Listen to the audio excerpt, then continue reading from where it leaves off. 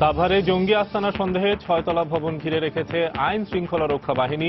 বিস্ফোরক তৈরির সরঞ্জাম জব্দ, সরিয়ে নেওয়া হয়েছে আশেপাশের ভবনের বাসিন্দাদের। রমজানের আগের দিন রাজধানীর পাইকারি বাজারে চিনি রসুনের দাম বাড়লেও কমেছে চট্টগ্রামের খাতুনগঞ্জে নিম্নমুখী তেল ও মশলার দাম।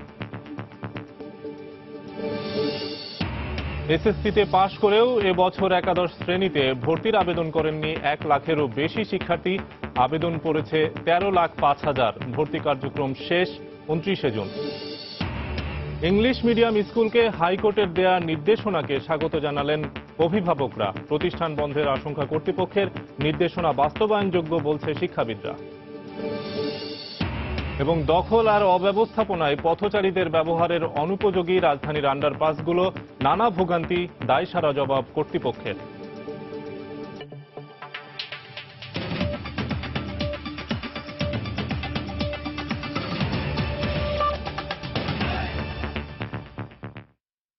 সময় সংবাদে সঙ্গে আছে আমি শফিক মোহাম্মদ।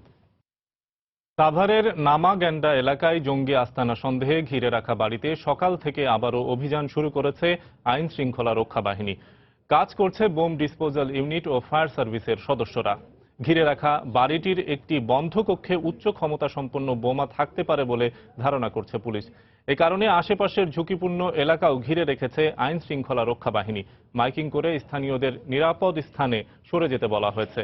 বন্ধ রাখা হয়েছে গ্যাস, পানি, বিদ্যুৎ সংযোগ। এদিকে স্ত্রী ও এক সন্তান সহ 1 মাস আগে কসমেটিক্স ব্যবসায়ীর পরিচয়ে এক ব্যক্তি বাসাটি ভাড়া নেয় বলে নিশ্চিত হয়েছে পুলিশ। শুক্রবার সন্ধ্যায় জঙ্গি আস্তানা সন্দেহে আনোয়ার মোল্লার মালিকানাধীন 5তলা ভবনটি ঘেরাও করা হয়। তবে তার আগেই জঙ্গিরা বাসা থেকে পালিয়ে যেতে সক্ষম হয়। পরে ওই ভবনে তল্লাশি চালায় আইন শৃঙ্খলা রক্ষা বাহিনী। সেখানে কোনো কিছু না পেয়ে পাশে সিরাজুল ইসলামের মালিকানাধীন 6তলা ভবনে অভিযান চালানো হয়। সেখান থেকে গান পাউডার সহ বোমা তৈরির সরঞ্জাম উদ্ধার করা হয় বলে জানায় পুলিশ।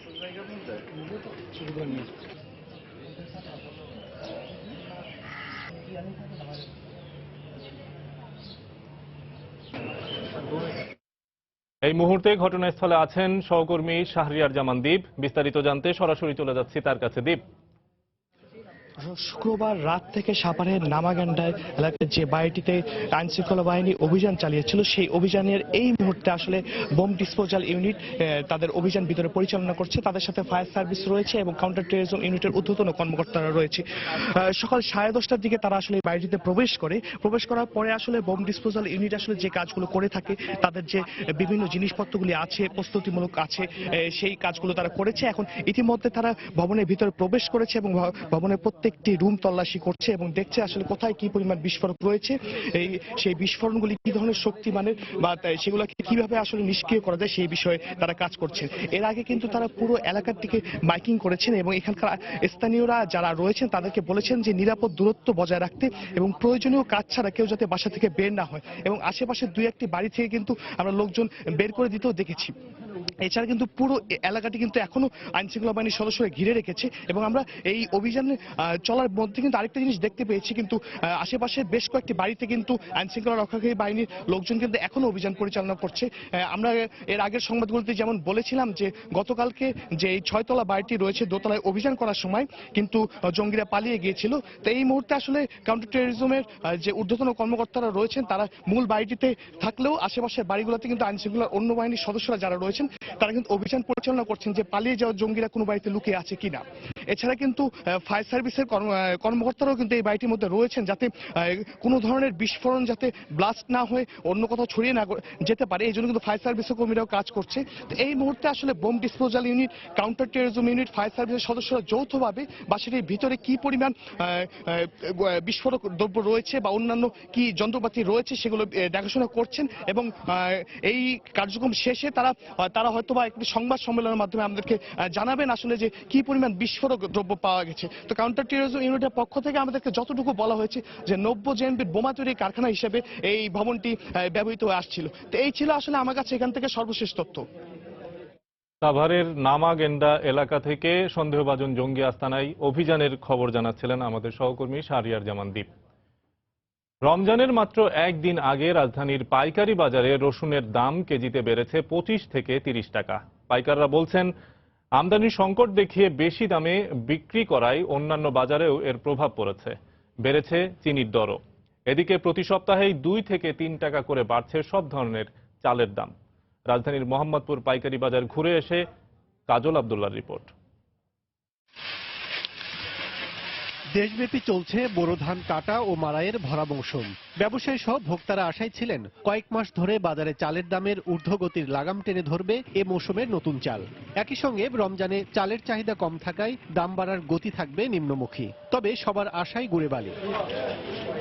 পাইকারি বাজারে সরবরাহ সংকট বোঝা না গেলেও ব্যবসায়ীরা বলছেন সংকটের সাথে মিলগুলোতে লোডশেডিং এর কারণে উৎপাদন কম দেখানো হচ্ছে। এতে প্রতি সপ্তাহে চালের দাম কেজিতে 2 থেকে 3 টাকা বাড়ছে। রোজা মাস চলে আসছে, এখনো ওই যে কোম্পানিগুলো যার কাছে চাল চাই সে বলে না চাল দেওয়া যাবে না, চাল নাই। তারা যেটা বলতেছে ওখানে নাকি সারাদিনে আপনার ওদের মিলের মধ্যে 2 ঘন্টা 4 ঘন্টা 5 ঘন্টা বিদ্যুৎ থাকে, প্রোডাকশন করতে পারতেছেন। যদি সরকার বাইরে দেশে আমদানি করার পর যদি জায়গা ট্যাক্সিল দেয় হয়তো বাজার ডাউন হতে পারে। বাজারে সব ধরনের পেঁয়াজ ও আদার দাম প্রতি কেজিতে কমেছে প্রায় 2 থেকে 5 টাকা। দেশি রসুনের দরও রয়েছে আগের মতোই। তবে মাত্র 2 দিনের ব্যবধানে প্রতি কেজি চায়না রসুনের দর প্রায় 30 টাকা বেড়ে বিক্রি হচ্ছে 270 থেকে 275 টাকায়। আড়তগুলোতে পর্যাপ্ত আমদানি না থাকায় বেশি দামে কিনতে হচ্ছে বলে জানান পাইকাররা। মানুষের মনে কি জানি হবে, এই কারণে মানুষ 1 কেজি জায়গায় 5 কেজি কিনে, এই কারণে বাজারটা বাড়ছে। নাহলে কিন্তু রমজান বাজারে ইনশাল্লাহ আমাদের সম্পূর্ণ মালের দাম কম থাকবে। আর রসুনের বাজারটা হচ্ছে চায়না রসুনটা একটু কম আসে, এই কারণে বাজার একটু বেশি। ইম্পোর্টাররা বলতেছে আসবো, কিছুদিনের ভিতরে কমে যাবো গা, তো বরং তো আসতেছে না। এই সমস্যাটা 170 টাকা থেকে শুরু করে 250 টাকা পর্যন্ত, 275 টাকা গত রাত্রে আনতারি নেই।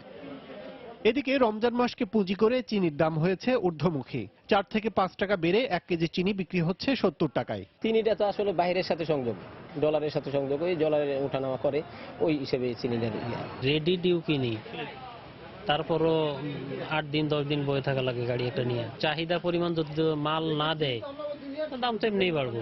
এ বাজারে আগের দামেই ছোলা 85, মসুর 98 থেকে 100, মুগ ডাল 102 থেকে 116 এবং প্রতি কেজি খোলা সয়াবিন বিক্রি হচ্ছে 85 টাকা দরে। রমজানে এসব পণ্যের দাম বাড়বে না বলেও জানান ব্যবসায়ীরা। কাজল আব্দুল্লাহ, সময় সংবাদ, ঢাকা। রাজধানীর পাইকারি বাজারে চিনি রসুনের দাম বাড়লেও কমেছে দেশের বৃহত্তম পাইকারি বাজার চট্টগ্রামের খাতুনগঞ্জে। ভোজ্য তেল সহ অন্যান্য নিত্য প্রয়োজনীয় পণ্যের দামও কমেছে। খাতুনগঞ্জ বাজার ঘুরে দেখা গেছে গত 1 সপ্তাহের ব্যবধানে চিনির দাম কেজি প্রতি কমেছে 2 থেকে 3 টাকা। এছাড়া ছোলা, পেঁয়াজ, রসুন ও আদার দামও কমেছে কেজি প্রতি 3 থেকে 5 টাকা পর্যন্ত। এদিকে সয়াবিন তেলের প্রতি মণে কমেছে 30 থেকে 50 টাকা। একই সঙ্গে পাম অয়েল এবং সুপার সয়াবিন অয়েলও মন প্রতি কমেছে 20 থেকে 40 টাকা। পাইকার এবং বিক্রেতারা বলছেন রমজানকে কেন্দ্র করে আমদানি এবং সরবরাহ বেশি থাকায় দাম কমেছে। তবে চিনির বাজার নিয়ে কিছুটা শঙ্কা রয়েছে ব্যবসায়ীদের।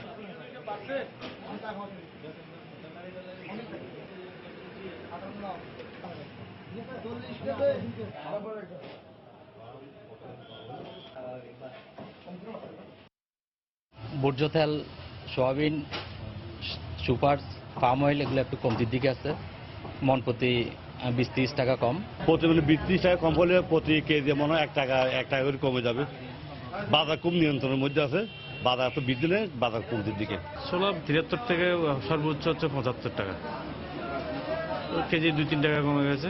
পেঁয়াজ 14 থেকে 17 টাকা, আদা 55 থেকে 57 টাকা।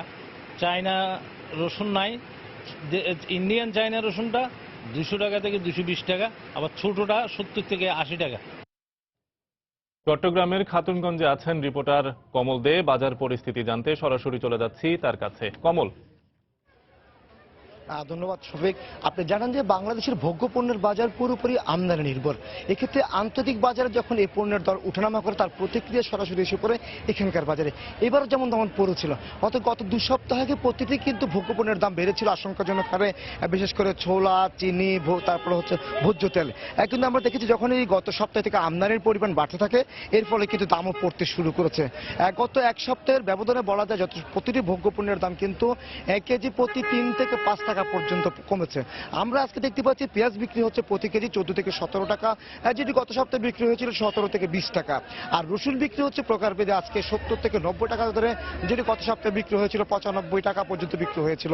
এছাড়া আদা বিক্রি হচ্ছে, যেটা চায়নায় আদা বলা হয়, সেই আদা বিক্রি হচ্ছে প্রতি কেজি 50 থেকে 55 টাকা, যেটি গত সপ্তাহে 3 টাকা বেশি দামে বিক্রি হয়েছিল। এবার আসে আমি চিনির দামের ক্ষেত্রে, কিন্তু চিনির দাম কিন্তু গত 2 সপ্তাহ ধরে বাড়লো, আজ কিন্তু চিনির দাম অনেকটা কমে আসছে। বিশেষ করে আপনি জানেন চট্টগ্রামে কিন্তু পাইকারি পর্যায়ে ন্যায্য মূল্যে চিনি বিক্রি করা হচ্ছে, যেটা হচ্ছে 2180 টাকা প্রতি মণ। এখানকার একটা স্থানীয় একটি মিল কিন্তু সে চিনির দাম তারা কমিয়ে দিয়ে তারা ন্যায্য মূল্যে বিক্রি করছে, তার প্রতিক্রিয়া পড়েছে এখানকার বাজারে, যেখানে চিনির দামও কমেছে। এবার আসি আমি অন্য একটি জিনিস সবচেয়ে গুরুত্বপূর্ণ প্রয়োজন, যেটা ভোজ্য তেল। বসে ভোজ্য তেলের দামও কিন্তু কেজি প্রতি কয়েক টাকা করে কমেছে বলে ব্যবসায়ীরা আমাদেরকে জানিয়েছেন। আজ সোয়াবিন তেল বিক্রি হচ্ছে ডিও পর্যায়ে 2970 টাকা, পাম অয়েল বিক্রি হচ্ছে আজকে 2610 টাকা এবং সুপার সোয়াবিন বিক্রি হচ্ছে 2810 টাকা ধরে। আপনারা জানেন গত সপ্তাহে কিন্তু সোয়াবিন তেল বিক্রি হয়েছিল প্রায় 2990 টাকা ধরে, বিশেষ করে ডেলিভারি পর্যায়ে। এখন কেজি মন প্রতি কমেছে এখানে 30 থেকে 50 টাকা। একইভাবে কমেছে ছোলার দাম। আপনি জানেন যে গত 2 সপ্তাহ আগে ছোলার দাম কেজি প্রতি 80 টাকা পর্যন্ত চলে গিয়েছিল, এখন ছোলার দাম কমতে কমতে 72 থেকে 73 টাকা এসে থেমেছে। তো ব্যবসায়ীরা বলছেন যেহেতু প্রচুর গরম পড়ছে, পণ্য গুদামজাত করে রাখা যাচ্ছে না, সে কারণে তারা দাম কমিতে বাধ্য হচ্ছে। অপরদিকে কিছুটা ক্রেতার সংখ্যা কম বলে সেই যে তারা দাম পড়ে যাচ্ছে বলে ব্যবসায়ীরা জানিয়েছেন। আপনি জানেন যে আদা, রসুন, পেঁয়াজ বা অন্যান্য কিছু দ্রব্য গুদামজাত করতে গেলে যে গরম পড়ছে তার নষ্ট হয়ে যাওয়ার আশঙ্কা থাকে, সে আশঙ্কার প্রেক্ষিতে গিয়ে কিন্তু ব্যবসায়ীরা দাম কমিয়ে দিচ্ছেন। অর্থাৎ বলা যায় আন্তর্জাতিক বাজারে যেহেতু বুকিং রেট কমেছে, এখানে চাহিদার তুলনায় সরবরাহ বেড়েছে, তার প্রতিক্রিয়া এসে পড়ছে এখানকার বাজার এবং প্রতিটি ভোগ্যপণ্যের দাম কমেছে। তো শফিক, এখন পর্যন্ত আমার কাছে ছিল দেশের সবচেয়ে বড় ভোগ্যপণ্যের বাজার খাতুনগঞ্জ থেকে সর্বশেষ। চট্টগ্রামের খাতুনগঞ্জ থেকে রমজান সামনে রেখে ভোগ্যপণ্যের বাজারের যে পরিস্থিতি সেটা জানাচ্ছিলেন আমাদের সহকর্মী কমল দে। জীবনের জন্য, সেটা মানুষ বা পাখি যেই হোক না কেন, ঢাকা বিশ্ববিদ্যালয়ের টিএসসিতে পাখি উদ্ধার করে তেমন দৃষ্টান্ত স্থাপন করল ফায়ার সার্ভিস।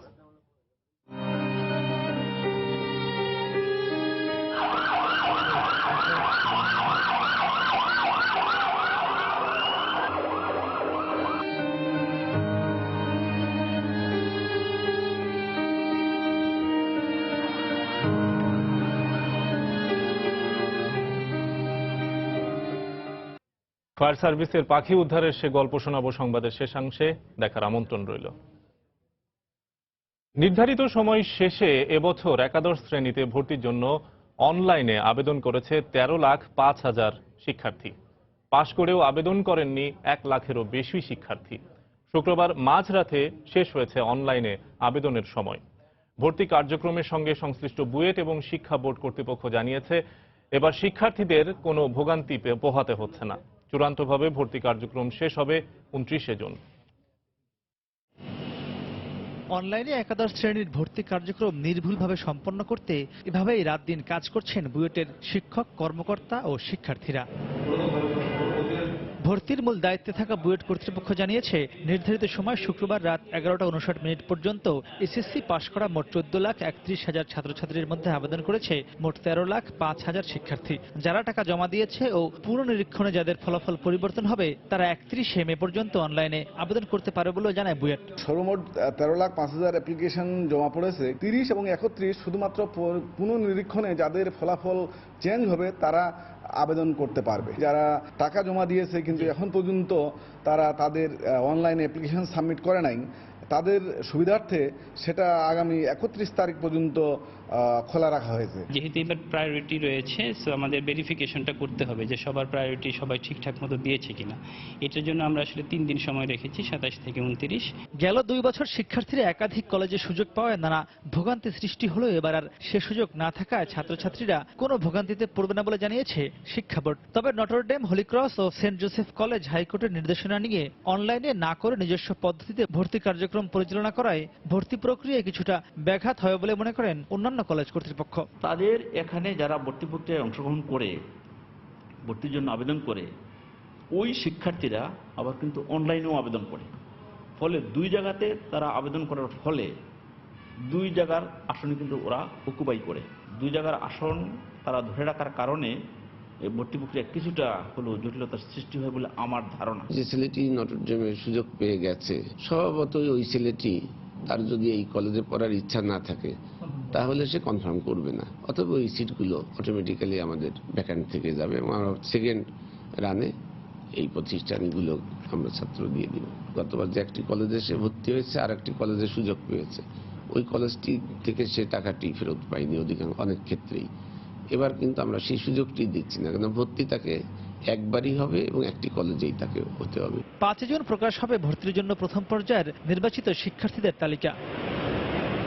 মাহমুদ রাকিব, সময় সংবাদ, ঢাকা। সময় সংবাদের সঙ্গে থাকছে।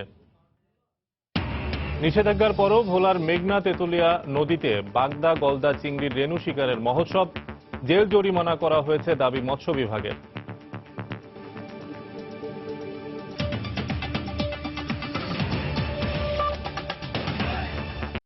আসন্ন রমজানকে কেন্দ্র করে বাজার পরিদর্শনে বেরিয়েছেন ঢাকা দক্ষিণের মেয়র সাইদ খোকন। এই মুহূর্তে হাতিরপুলে আছেন তিনি, সেখানে আছেন আমাদের সহকর্মী আতিকুর রহমান তমাল। সরাসরি চলে যাচ্ছি তার কাছে।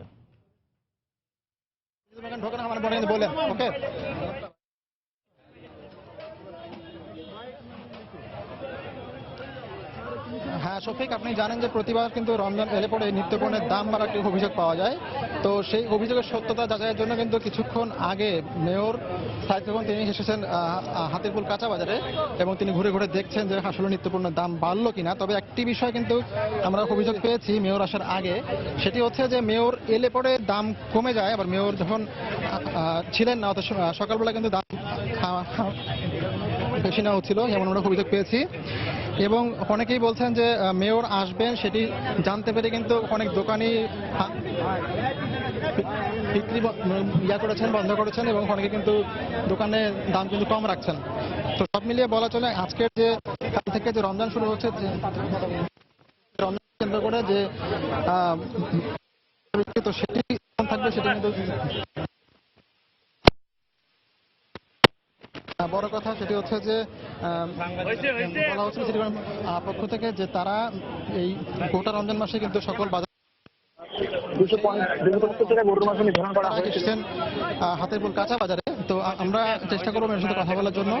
মূলত বলা হচ্ছে যে 275 টাকা গরুর মাংস নির্ধারণ করা হয়েছিল সিটি কর্পোরেশনের পক্ষ থেকে, কিন্তু সেটি কিন্তু আমরা সকালবেলা যেটা অভিযোগ পেয়েছি যে 500 টাকাও নেওয়া হচ্ছিল। তো এবং কেমন ধরনের আমরা অভিযোগ পেয়েছি যে অনেকেই বলছে যে যেন সারা বছরই মনিটরিংটি করা হয়, কারণ শুধুমাত্র রমজান এলেই যে মনিটরিং চলে, তো সেই মনিটরিং কিন্তু অনেক সময় দেখা যায় যে কার্যকরী হয় শুধু রমজান মাসটাতেই, কিন্তু বলছেন ক্রেতারা বলছেন যে শুধু রমজান মাস না সারা বছরই যেন এই মনিটরিংটি চলে। এবং সেক্ষেত্রে যেটি হবে যে সারা বছরই দ্রব্যমূল্যের দাম এবং দ্রব্যের যে মান সেটা কিন্তু ভালো থাকবে অনেকেই বলছে। তো আমরা একটু মেয়ের সাথে কথা বলার চেষ্টা করব।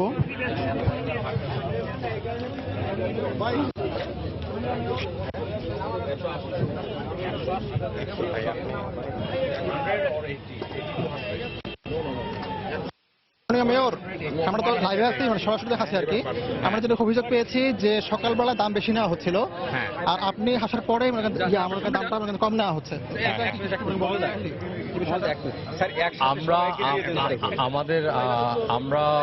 আমাদের যে 16টা কাঁচা বাজার রয়েছে, 13টা কাঁচা বাজার রয়েছে আমাদের নিয়ন্ত্রণে এবং 16টা রয়েছে যেগুলো বিভিন্ন সমিতি অপারেট করে থাকে। এই বাজারগুলোতে আমরা আপনার মূল্য তালিকা টানিয়ে দিয়েছি। এটার বেসিসটা হচ্ছে যে আমরা পাইকারি মার্কেটে আমাদের যে অফিসার আছে তারা সেখান থেকে প্রাইসটা চেক করেন এবং সেটার সঙ্গে রিলেটেড করে আপনার আমাদের খুচরা বাজারে যাতে সহনীয় পর্যায়ে থাকে, পাইকারি বাজার থেকে খুচরা বাজারে যাতে খুব ব্যবধান বেশি না থাকে সেই মনিটরিংয়ের কাজটা আমরা করছি।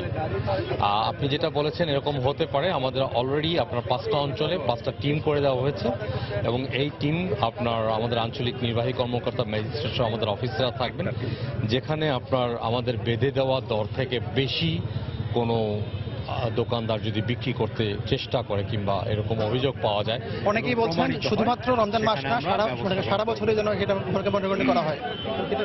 হ্যাঁ, এটা হতেই পারে, এটা হতে পারে। স্পেশালি আমরা রমজানের মধ্যে আমরা ড্রাইভটা দিই যাতে রমজান মাসের মধ্যে আপনার সাধারণত যারা ভোক্তা রয়েছেন এই সিয়াম সাধনার মাস, পবিত্র মাস, সাধারণত অন্য দেশে দেখা যায় যে রমজানের মধ্যে কিন্তু প্রাইসটা কিছুটা আপনার ডাউন থাকে, বিকজ আপনার সাপ্লাইটা কিন্তু কম। আমরা দুবেলা সাধারণত খেয়ে থাকি, 3 বেলা খেয়ে থাকি, রমজানে কিন্তু এটা দুবেলা হয়ে যায় আমাদের সেহরি এবং ইফতার।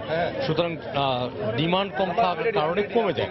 আমাদের এখানে ঠিক উল্টো ঘটনা ঘটে, রমজানের সময় দেখা যায় যে প্রাইসের টেন্ডেন্সি হাই হওয়ার টেন্ডেন্সি, সেটা যাতে চেক থাকে, সেটা যাতে নিয়ন্ত্রণের মধ্যে থাকে, সেজন্য আমাদের এই উদ্যোগটা। মাননীয় মেয়র অনেকেই দোকান বন্ধ করেছেন ভয়ে, তো না, দোকান যদি কেউ অসাধুভাবে আপনার চিন্তা করে যে সে হাই প্রাইস চার্জ করবে আপনার কৃত্রিমভাবে, তো আপনার সে যদি বন্ধ করে আমরা সেটাকে অ্যালটমেন্ট ক্যান্সেল করে দেবো। তাকে খোলা রাখতে হবে এবং তাকে যৌক্তিক দরে, আমি বলছি না যে অযৌক্তিক কোনো আমরা বিষয় কাউকে চাপিয়ে দিতে চাই না। এখানে মুক্ত বাজার অর্থনীতি চালু, সাপ্লাই এবং ডিমান্ডের মধ্যেই আপনার প্রাইসটা হবে, বাট সেখানে যাতে কোনো কৃত্রিম সংকট না থাকে। রমজানের মধ্যে মানুষ আপনার কিছুটা খাবার দাবার ঘরের মধ্যে রাখেন, সেই কারণে একটু ডিমান্ড বেশি হতে পারে, সেজন্য কৃত্রিম সংকটের মধ্য দিয়ে যাতে প্রাইসটা তারা বাড়াতে না পারে, সেজন্য আমাদের অবশ্যই মনিটরিং থাকবে। কেউ যদি বন্ধ করে সেটাকে আমরা পার্মানেন্টলি বন্ধ করে দেব। ধন্যবাদ। নারায়ণগঞ্জের রূপগঞ্জে মসজিদের ইমাম আব্দুল মজিদ মুন্সিকে কুপিয়ে হত্যার ঘটনায় প্রধান আসামি জহিরুলকে গ্রেফতার করেছে পুলিশ। সকালে স্থানীয়রা তাকে আটক করে পুলিশে সোপর্দ করে। পুলিশ এবং প্রত্যক্ষদর্শীরা জানান, গতরাত 8:30টার দিকে ইমাম আব্দুল মজিদ মুন্সি মসজিদে নামাজ পড়ছিলেন। হঠাৎ পেছন থেকে জহিরুল নামে এক ব্যক্তি এসে দা দিয়ে ইমামের ঘাড়ে এলোপাতাড়ি কুপিয়ে জখম করে। হাবিবুর রহমান নামে এক মুসল্লি বাধা দিতে গেলে তাকেও কুপিয়ে পালিয়ে যায় জহিরুল। তাদেরকে উদ্ধার করে উপজেলা স্বাস্থ্য কমপ্লেক্সে নেওয়া হলে কর্তব্যরত চিকিৎসক ইমামকে মৃত ঘোষণা করেন। এর আগেও অভিযুক্ত ওই ব্যক্তি নিজের স্ত্রীকেও কুপিয়ে হত্যা করেছিল বলে অভিযোগ রয়েছে।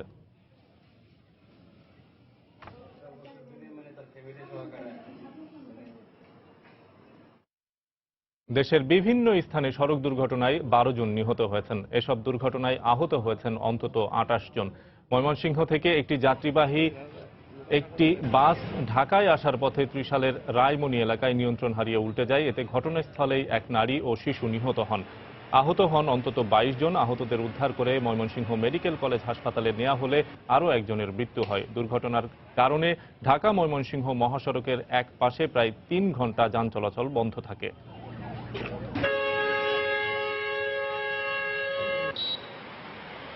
সকালে গাইবান্ধার গোবিন্দগঞ্জের ফাঁসিতলা এলাকায় দুটি ট্রাকের মুখোমুখি সংঘর্ষে ঘটনাস্থলেই 3 জন নিহত হন। পরে আহত 2 জনকে উদ্ধার করে উপজেলা স্বাস্থ্য কমপ্লেক্সে ভর্তি করা হয়।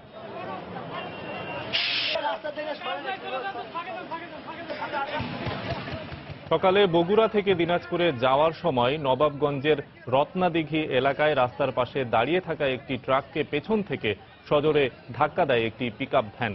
এতে ঘটনাস্থলেই পিকআপ ভ্যানের 2 জন সহ 3 জন নিহত হন। আহত অবস্থায় 4 জনকে রংপুর মেডিকেলে ভর্তি করা হয়েছে।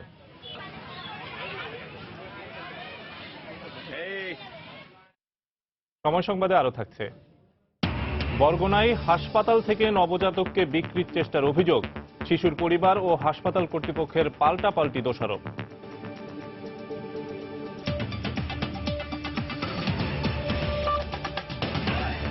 উন্নত স্টেইনলেস স্টিল প্যানেল, সময় সাশ্রয়ী brush burner, 50,000 auto ignition, topper gas stove. English medium স্কুলে সেশন ফি আদায় বন্ধ সহ 20 দফা নির্দেশনা দিয়ে হাইকোর্টের দেয়া রায়কে স্বাগত জানিয়েছেন অভিভাবকরা। তবে স্কুলগুলোর অ্যাসোসিয়েশন বলছে, সেশন ফি নিষিদ্ধ হলে আর্থিক সংকটে বন্ধ হয়ে যাবে অনেক প্রতিষ্ঠান। তবে শিক্ষাবিদরা বলছেন, রায়ের সবগুলো নির্দেশনায় বাস্তবায়নযোগ্য। তাফসির বাবুর রিপোর্ট। বাংলাটাও সুন্দর বলতে পারে, কিন্তু বাংলা যখনই ওকে আমি গ্রামাটিক্যাল আইটেম যখন কোনো কিছু আসতেছে বাংলায়, তখন সেটা সে সুন্দরভাবে নিচ্ছে না। লেখাটা আসলে কি বাসায় চর্চা, ও লিখতে পারতেছে, কিন্তু ফাস্ট না, অবশ্যই ফাস্ট না, যেটা ইংলিশে অনেক ফাস্ট। প্রথম শ্রেণীতে ইংরেজি বইয়ের ভিড়ে একটি বই বাংলায়, তা দিয়ে আর যাই হোক প্রকৃত অর্থে শেখা যায় না বাংলা ভাষা। তাই এ নিয়ে উদ্বেগ আর অস্বস্তি রয়েছে ইংলিশ মিডিয়াম স্কুলের শিক্ষার্থীদের, অভিভাবকদের। সেই সঙ্গে উচ্চ হারে বেতন ও প্রতি বছর বড় অঙ্কের সেশন চার্জ নিয়েও উদ্বেগ আছে অভিভাবকদের। এমন প্রেক্ষাপটে 3 বছর আগে এক অভিভাবকের করা রিট আবেদনের পরিপ্রেক্ষিতে গত বৃহস্পতিবার 20 দফা নির্দেশনা সহ রায় দেন হাইকোর্ট। রায়ে সেশন চার্জ আদায় বন্ধ সহ 20 দফা নির্দেশনা দেয়া হয়। একে ইতিবাচক হিসেবেই দেখছেন অভিভাবকরা। একই স্কুলে পড়তেছে, জাস্ট ক্লাস 1 থেকে 2 তে উঠবে, তার জন্য অ্যানুয়াল ফিস ডিমান্ড করবে 30,000 থেকে 35,000। এটা আমাদের জন্য আসলেই খুবই বাড়ে। আদালত যে সিদ্ধান্তটা দিয়েছেন যদি এটা কার্যকরী করা যায় আমার মনে হয় যেন অবশ্যই অভিভাবকগণ উপকৃত হবে। তবে ইংলিশ মিডিয়াম স্কুলগুলোর অ্যাসোসিয়েশন বলছে সেশন চার্জ নিষিদ্ধ হলে আর্থিক দুরবস্থায় বন্ধ হয়ে যাবে অনেক স্কুল, আর সুনির্দিষ্ট বিধিমালা ছাড়া ম্যানেজিং কমিটি গঠনেও বাড়বে জটিলতা। সেশন ফিটা যদি না থাকে তাহলে স্কুলগুলো আর্থিক সমস্যায় পড়বে এবং কিছু কিছু স্কুল হয়তো অ্যাক্টিভিটি বন্ধ করে দিতে হবে। কমিটির রূপরেখা কি, তাদের কার্যপদ্ধতি কি, এগুলো সব নিয়ে বিশদ একটা নীতিমালা করার কথা। এই নীতিমালাটা এখনো হয়নি। যদিও এই শিক্ষাবিদ বলছেন ইংলিশ মিডিয়াম স্কুলে শৃঙ্খলা আনতে রায় বাস্তবায়নের উদ্যোগ নিতে হবে সরকারকেই। বাংলাদেশে পড়ানো হচ্ছে বাঙালির সন্তান বাংলা ভাষা শিখবে না, এটাও তো কখনোই কাঙ্ক্ষিত হতে পারে না। আদালত যে নির্দেশনাগুলো দিয়েছে প্রত্যেকটাই পালনীয় বলে আমি মনে করি এবং প্রত্যেকটি করা উচিত। তাফসির বাবু, সময় সংবাদ, ঢাকা। নিষেধাজ্ঞা অমান্য করে ভোলার মেঘনা তেঁতুলিয়া নদীতে চলছে বাগদা গলদা চিংড়ির রেণু শিকারের মহোৎসব। প্রতিদিন কোটি কোটি টাকার রেণু শিকার এবং বেচাকেনা হলেও কার্যকর কোনো পদক্ষেপ নিচ্ছে না স্থানীয় প্রশাসন। মৎস্য বিভাগের দাবি, নিষেধাজ্ঞা অমান্যকারীদের জেল জরিমানা সহ রেণু ধরা বন্ধে ব্যবস্থা নেওয়া হচ্ছে। নাসির উদ্দিন লিটনের তথ্য ও উৎপল দেবনাথের ছবি নিয়ে ডেস্ক রিপোর্ট।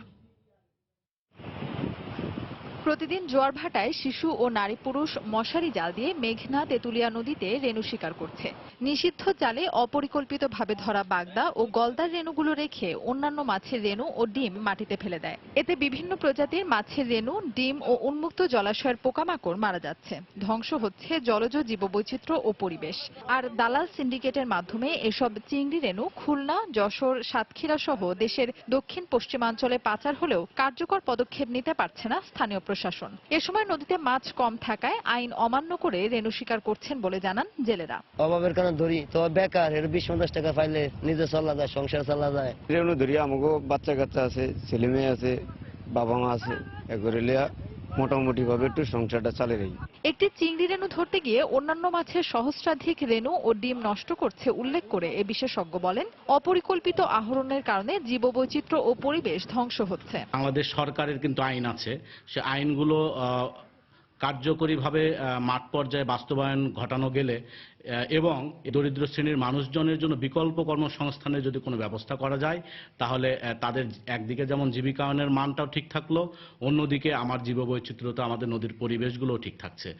তবে জেলার মৎস্য কর্মকর্তা শিকারীদের জেল জরিমানা করা হচ্ছে জানিয়ে রেণু ধরা বন্ধে কঠোর পদক্ষেপ নেওয়ার কথা জানালেন। যে কোনো ধরনের রেণু আহরণে এটা মৎস্য সংরক্ষণ আইনে নিষিদ্ধ করা আছে। এপ্রিল মাসে আমাদের যে পরিসংখ্যানটা আছে সেখানে আমরা 11টি মোবাইল কোর্ট এবং অভিযানের মাধ্যমে প্রায় 20 লক্ষ রেণুপোনা আটক করেছি। নিষেধাজ্ঞা অমান্য করে জেলার লক্ষাধিক জেলে চিংড়ি রেণু শিকার করে থাকে। গত 1 মাসে 25 জন শিকারীকে আটক করে 9 জনকে জেল দেওয়া হয়েছে। এছাড়া 14,000 টাকা জরিমানা ও প্রায় 23 লাখ রেণু আটক করা হয়েছে। সময় সংবাদ, ভোলা। দেখছেন সময় সংবাদ।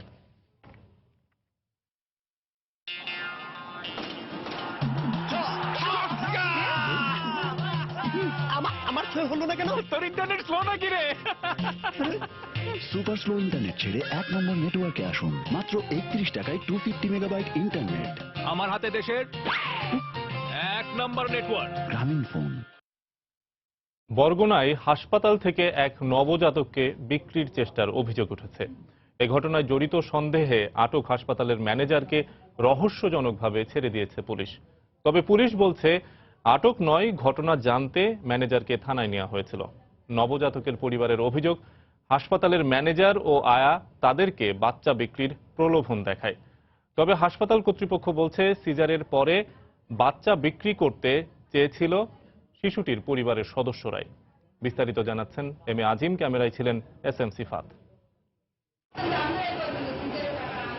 বরগুনার কুয়েত প্রবাসী হাসপাতাল বেসরকারি এই ক্লিনিকে অসহায় ও গরিব রোগীদের সিজারের পরে বাচ্চা বিক্রির প্রলোভন দেখানো হয়, এমন গুজবের সত্যতা পাওয়া যায় গত বুধবার সন্ধ্যায়। সিজারের পরে এক নবজাতকের পরিবার অভিযোগ করেন তাদেরকে হাসপাতালের ম্যানেজার ও আয়া বারবার বাচ্চা বিক্রির প্রলোভন দেখায়। আমরা কইছি না, আমাকে বাচ্চা আমরা বিক্রি করবো না। কয়েছে না, আমরা বিক্রি করো, তোমাকে হেন যে খরচাপাতি হয়েছে দিয়ে তোমরা চলে যাও।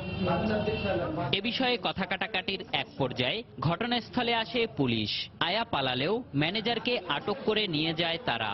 রাতে বাচ্চা বিক্রির বিষয়টি ধামাচাপা দিয়ে ম্যানেজারকে ছেড়ে দেয়া হয়। কৌশলে বাচ্চা বিক্রি ও ম্যানেজারের জড়িত থাকার বিষয়টি এড়িয়ে শুধুমাত্র একটি ধর্ষণের মামলা লিখে তাতে স্বাক্ষর করিয়ে নেয় পুলিশ।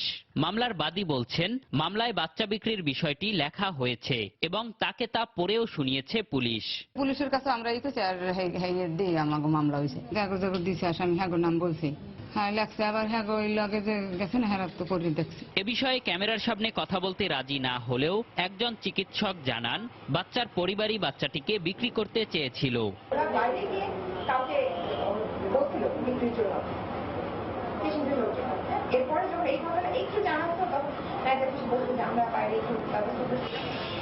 তবে পুলিশের দাবি, বাচ্চাটির পরিবারের কথা মিথ্যে।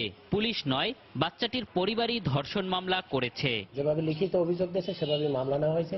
এখন তদন্তকালীন সময় আইও সর্বময় ক্ষমতার মালিক, তদন্তে সে ইহা ছাড়া অন্য কোনো ঘটনাও যদি তদন্তে পায় সে সেভাবে তদন্ত রিপোর্ট দাখিল করিবে। নানা অভিযোগে প্রশাসন 5 বছর আগে হাসপাতালের কার্যক্রম বন্ধ করে দিলেও কয়েক বছর পর স্থান পরিবর্তন করে আবারও কার্যক্রম শুরু করে কুয়েত প্রবাসী নামের এই বেসরকারি হাসপাতালটি। এম এ আজিম, সময় সংবাদ, বরগুনা। মিশরে খ্রিস্টান ধর্মাবলম্বীদের বহন করা বাসে বন্দুকধারীদের হামলার পর প্রতিবেশী লিবিয়ার কয়েকটি জঙ্গি ঘাঁটিতে বিমান হামলা চালিয়েছে মিশরীয় বাহিনী। শুক্রবার কপটিক খ্রিস্টানদের বহনকারী একটি বাসে হামলায় 28 জন নিহতের পর প্রেসিডেন্ট ফাত্তাহ আল সিসির নির্দেশে লিবিয়ার দেরনা শহরের অন্তত 6 দফা বিমান হামলা চালিয়ে বেশ কিছু জঙ্গি স্থাপনা ধ্বংস করা হয়। এর আগে টেলিভিশনে দেয়া ভাষণে প্রেসিডেন্ট সিসি দেশের নাগরিকদের রক্ষায় জঙ্গি নির্মূলের অঙ্গীকার করেন। জঙ্গিবাদের সমর্থন করা দেশগুলোকে কঠিন শাস্তি দেওয়া উচিত মন্তব্য করে এ ব্যাপারে মার্কিন প্রেসিডেন্ট ডোনাল্ড ট্রাম্পকে এগিয়ে আসার আহ্বান জানান তিনি। মিশরে গতকালের হামলায় কেউ দায় স্বীকার না করলেও জঙ্গি গোষ্ঠী আইএস এর আগে বেশ কয়েকবার কপটিক খ্রিস্টানদের হামলার লক্ষ্যবস্তু বানিয়েছে। এ পর্যায়ে শীর্ষ সংবাদ জানিয়ে দিচ্ছে আরেকবার। সাভারে জঙ্গি আস্তানা সন্দেহে 6 তলা ভবন ঘিরে রেখেছে আইন শৃঙ্খলা রক্ষা বাহিনী। বিস্ফোরক তৈরির সরঞ্জাম জব্দ, সরিয়ে নেওয়া হয়েছে আশেপাশের ভবনের বাসিন্দাদের। রমজানের আগের দিন রাজধানীর পাইকারি বাজারে চিনি রসুনের দাম বাড়লেও কমেছে চট্টগ্রামের খাতুনগঞ্জে নিম্নমুখী তেল ও মশলার দাম। এসএসসিতে পাশ করেও এবছর একাদশ শ্রেণীতে ভর্তির আবেদন করেনি 1 লাখেরও বেশি শিক্ষার্থী। আবেদন করেছে 13,05,000। ভর্তি কার্যক্রম শেষ 29শে জুন। ইংলিশ মিডিয়াম স্কুলকে হাইকোর্টের দেয়া নির্দেশনাকে স্বাগত জানালেন অভিভাবকরা। প্রতিষ্ঠান বন্ধের আশঙ্কা কর্তৃপক্ষের, নির্দেশনা বাস্তবায়নযোগ্য বলছেন শিক্ষাবিদরা। এবং দখল আর অব্যবস্থাপনায় পথচারীদের ব্যবহার অনুপযোগী রাজধানীর আন্ডারপাসগুলো, নানা ভোগান্তি, দায়সারা জবাব কর্তৃপক্ষের। এই ছিল এখনকার মতো। যে কোনো খবর পেতে ভিজিট করুন সময়নিউজ.tv। যে কোনো বাংলা লিংক রবি নম্বর থেকে সময় সংবাদের খবর, অনুষ্ঠান সম্পর্কে জানতে এবং যে কোনো তথ্য সময় সংবাদকে জানাতে ডায়াল করুন 16242 নম্বরে। এছাড়া এইমাত্র পাওয়া খবর আপনার মোবাইলে পেতে SMS করুন *BN লিখে পাঠিয়ে দিন 16242 নম্বরে। আর সঙ্গে থাকুন সময়।